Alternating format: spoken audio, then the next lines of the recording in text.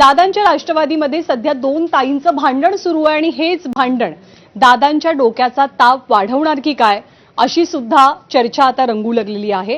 हे भांडण आहे दोन रुपालींमधलं, रुपाली चाकणकर, रुपाली ठोंबरे। खरं तर या दोघांच्या वादाची पार्श्वभूमी बरीच जुनी आहे।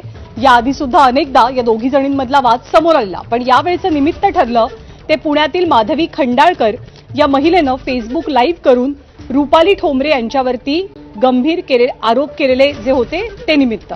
रुपाली ठोंबरे पाटील यांनी गुंड पाठवून आपल्याला मारहाण केल्याचा दावा संबंधित महिलेनं केला, पण महिलेनं आपल्या आरोपांवरनं नंतर युटर्न सुद्धा घेतला। मग रुपाली ठोंबरे या मुद्द्यावरनं पुढे आल्या आणि त्यांनी थेट आरोप केले रुपाली चाकणकरांवरती।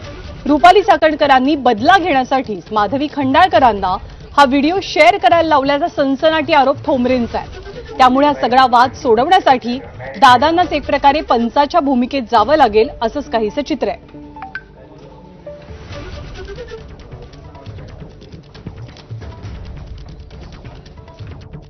रुपाली पाटील आणि तिची बहीण, मावशी, मैत्रीण कोण मला माहिती नाही, आणि तिचा भाऊ, तिचे सगळेजण इथे मला मारहाण करतात। माझ्या घरात घुसून त्यांनी मला मारहाण केलेली आहे।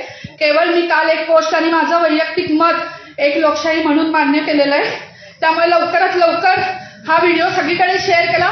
रुपाली पाटीलनी केलेलं आहे हे सगळं, माझी अवस्था रुपाली पाटील हिने केलेली आहे आणि तिची बहीण प्रिया पाटील तिने त्या कुत्रीला बरोबर पाठवून हे सगळं कारस्थान केलेलं आहे। तुम्ही याची दखल घ्या। मी तर बीडमध्ये आहे, बीडमधनं मी आता पुण्याला येतेय। मग बहुतेक माझ्या आत्म्याने तिला तिथे येऊन बदडलं असेल। आणि राहिला की कुणी घरातल्यांनी मारले, का मारलेलं आहे, काय वाद झालेला आहे, हा मी कुठलाही तपशील माझ्याकडे आता नाहीये।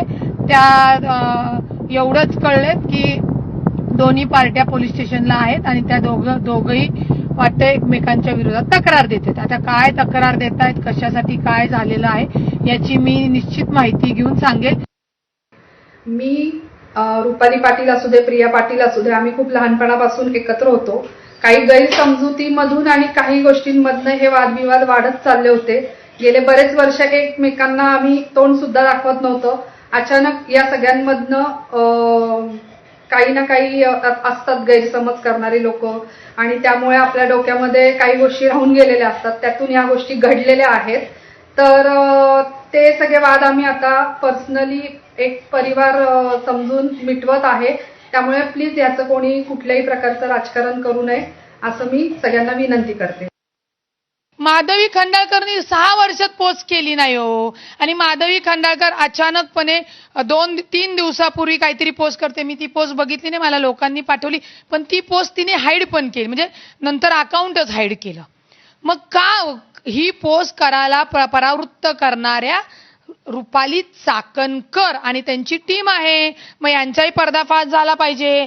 रुपाली पाटील ठोंबरे कुणाच्या बापाला घाबरत नाही। चाकणकरांकडे मंत्रीपद आहे तर तुमचं कर्तव्य बजवा।